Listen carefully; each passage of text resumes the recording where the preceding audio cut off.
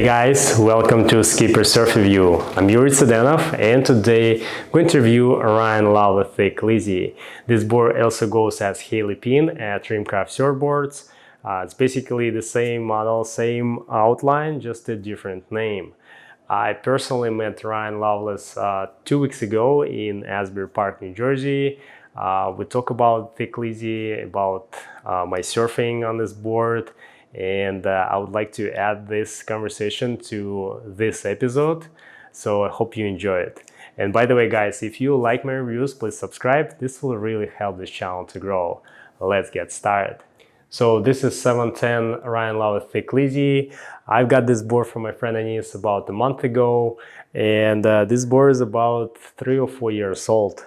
So it's pretty old, but for this age, it's in great shape. Doesn't have any major dinks. I banged this board a couple times outside, and the glass held up, so didn't get anything crazy. So in general, it has about 70 liters of volume, maybe between 60 and 70 actually.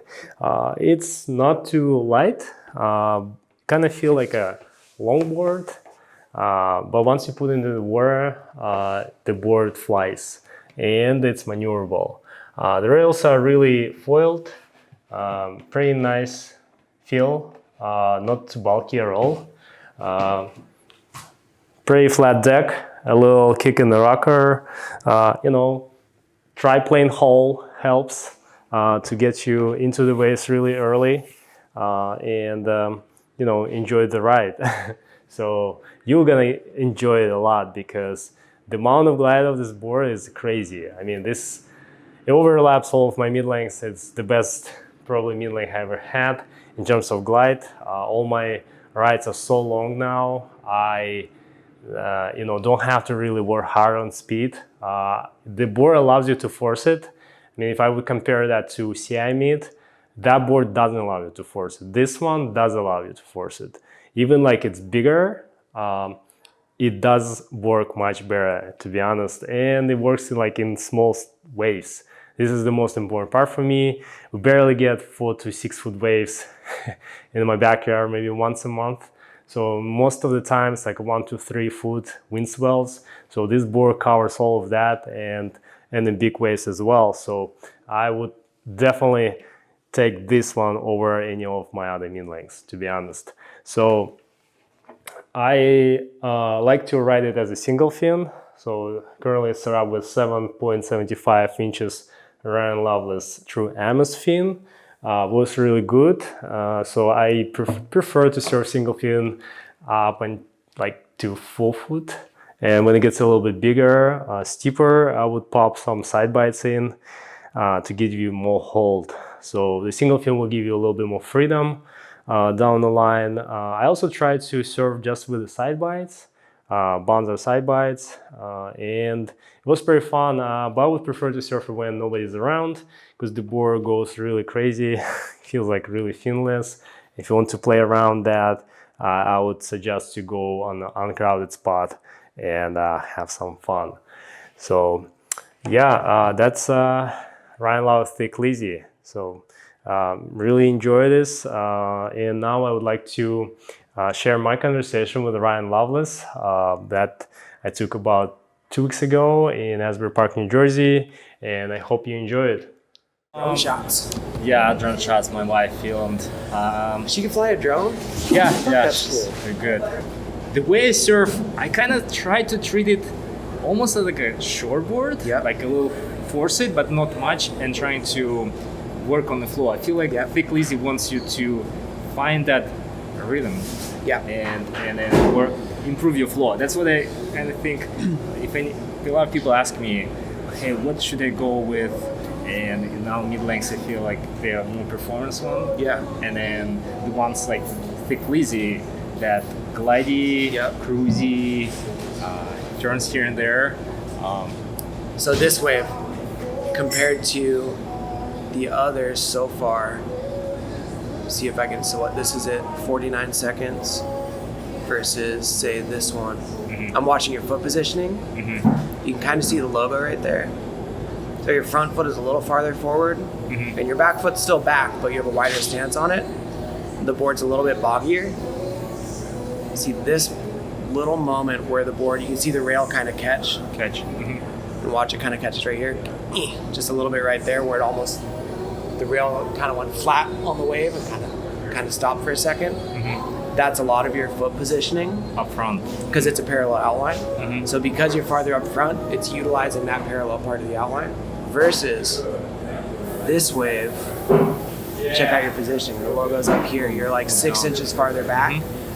Your back foot's in roughly the same spot, but your front foot's farther back. Watch the whole front end of the board starts going like this. And it's like completely free of the wave and loose. And then when it comes off the top, it lets go. And you can wrap this whole thing all the way around.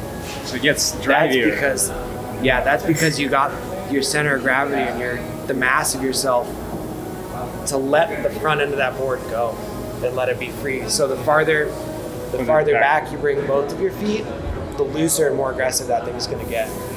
So like that's a perfect example of how just bringing your front foot back to match your back foot, especially on a mid-length with a narrower stance. There, same. See how much the front of the board is out of the water here? It is like in front of you. That just lets the whole thing come around and be a lot more free instead of when someone's surfing too far forward on a mid-length, they get really stuck. So a lot of times when people tell me, oh, I surf this board like a V-Bowl, so like it's really stiff. I'm like, okay, the V-Bowls is by far the loosest mid-length out there. There's nothing loose. There's no way. I swear to God. It's totally about foot positioning. I'm like, okay, I know you think you're on the back of the board. Go another 12 inches farther back. Like, imagine that you're standing like on the fin with your back foot, and then bring your front foot back to match. And then people are going to be like, look, the thing slipped out from under me 6 times in a row. Like, I can't even keep up with it. It's a bar of soap. And I'm like, there you go. Now figure it out. I want to watch this again. But in general, you think that's do I surf okay this board in terms of, you know, kind of work with my hands in terms of like using my hands to get a little bit more speed? Or I should just like chill and then work on cross steps and don't even the bother. The advice I have with most people, which in this wave, like you're dead on, since the wave hasn't even broken yet in this first wave, and you're just trimming out the section, you're up forward on the board, it's trimming out, you're planing. If you had been on the back of the board like I was talking about, you'd be bogging. So you're operating the length of the board like really well here, like you're dead in the right spot, clicked into the wave. And then I'm shifted at that my back point, foot all the way. if you had shuffled both of your feet back about 10 inches, if you'd gone way back, scoot, and one, that thing would have gone woo, off the top. So more, like more radical, right? Yeah, it would have been a lot more free. I don't necessarily tell people to cross step on a mid-length. It's something, if you can do it and if you're at that level, it's really fucking sick. Like watching birds cross step on a V-Bowls is just like holy shit. It's really hard, and a lot of the time it fucks somebody up more than it helps them, because you're not walking on 10 feet of board. You're walking on 7, 8 feet of board. So you have 1 or 2 steps max, and you've completely shifted where you're operating that board from.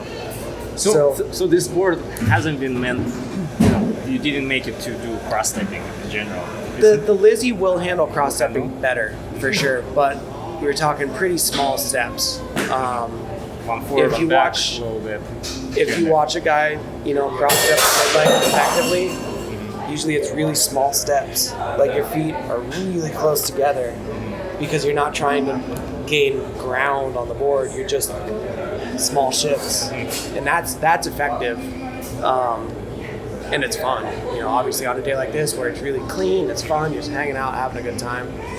Yeah, go nuts. And then for the intermediate surfers like me around this level, to surf this board, you need to go towards, you drop in, have a nice face, you pump a little bit, right? Work on your flow, set up for the turn, and then you can finish with some floaters.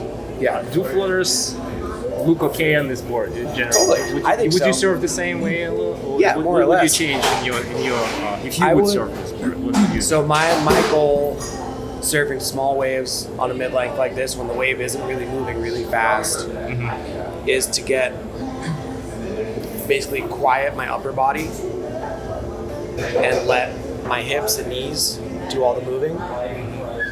I realized after about 6 to 8 years of surfing that I was over surfing the board and the conditions more than anything. I was doing too much and expecting too much out of a wave this big, right? Like, so I was trying to do all this stuff that I'd see people doing. I was like, man, I just can't figure this out because the board would bog or I wouldn't connect it just right.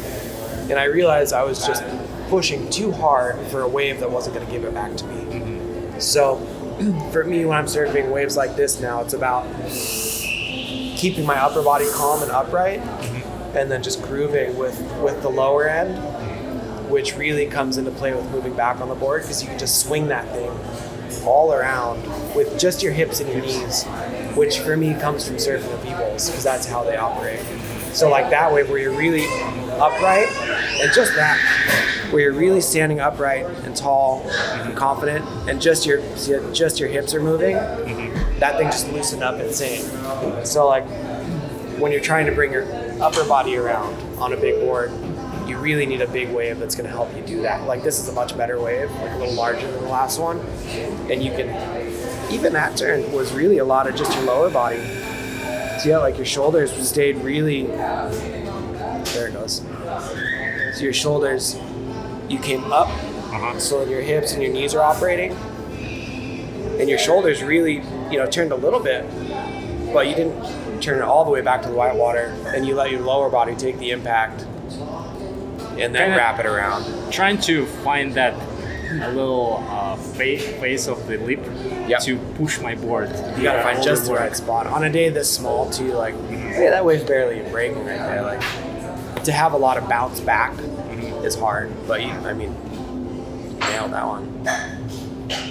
Cool. For me, if I had any advice, I'd say be mindful of being farther back, especially when it's really small.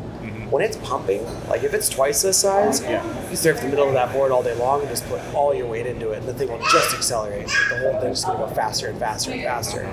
But on a small day, clean, just carving around, cruising. To get a little bit out of this, size, to have a little bit more maneuverability, shift a little bit. Yeah, stay farther back because it's not gonna, the wave's not gonna run away from you, more or less. Stay a little farther back, narrow stance. Let that board flow around and keep the upper body quiet, and you'll get a lot more, at least in my version of surfing, you'll get a lot more fun out of the thing. How about this cutbacks? It won't feel so sticky. Those are good. I don't surf backside a whole lot.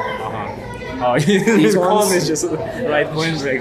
Yeah, totally. And if I travel, it's for rights. I'm not traveling for lefts. I'm sorry. I'm not hopping on a fucking airplane to go left. I don't give a shit. I'll go have a coffee and hang out, or fucking. I'll go shape surfboards. I like shaping surfboards. I don't need to go left too often. Yeah, you don't want to surf planes. It's like this turn right there. How wide your stance is. Obviously, it worked out and you made the turn.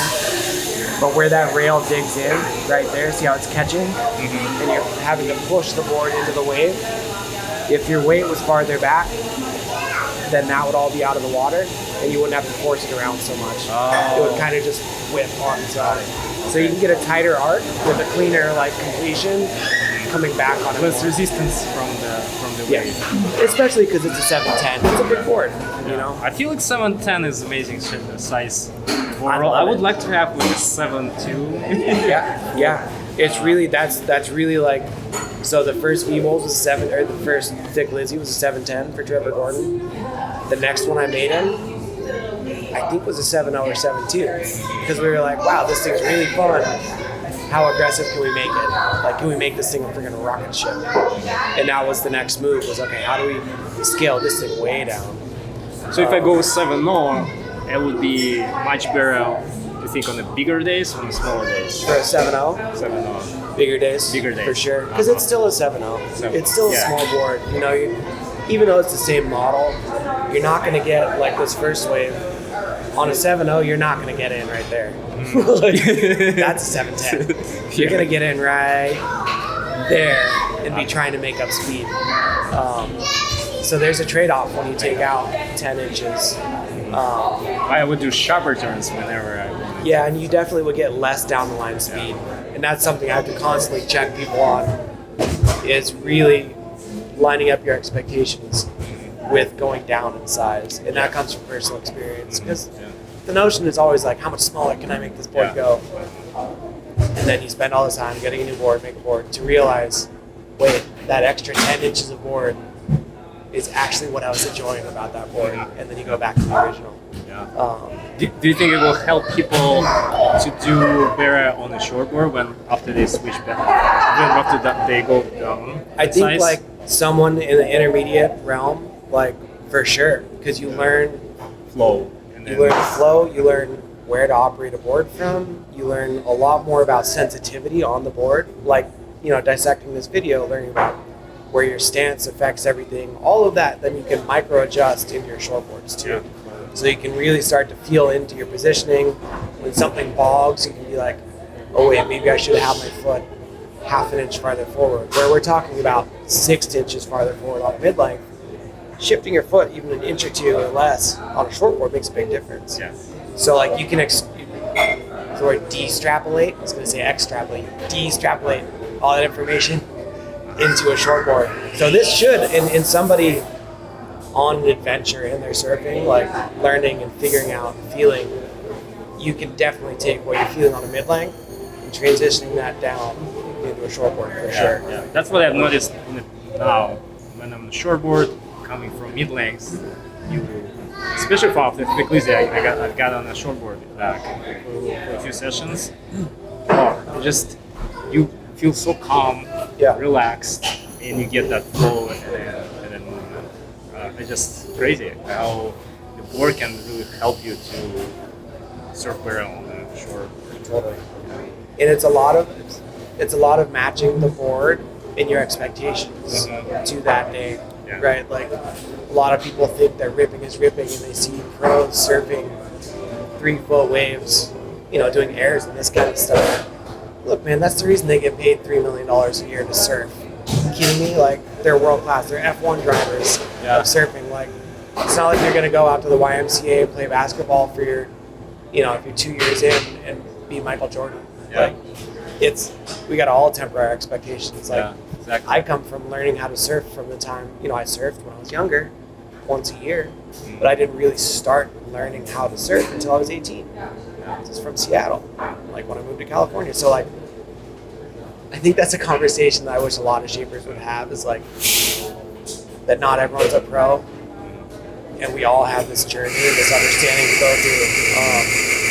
And it's really cool to help people along that. It's like, and I tell you what, some guys that I started making boards for when they were a year or two into their surfing versus now, and they're going to Indo and like getting set waves, cool waves, I'm like, what a cool process.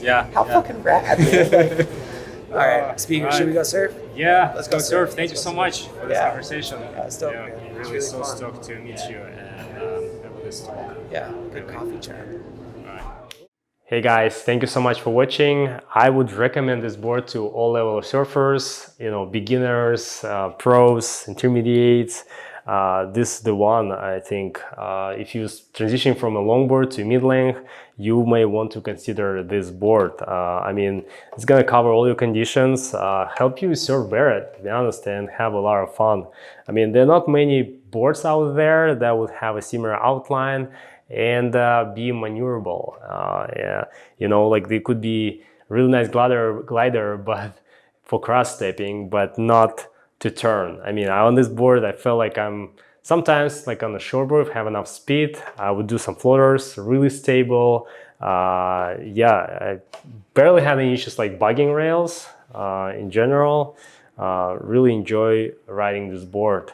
So, and if you have guys questions, suggestions, leave them in the comment section down below.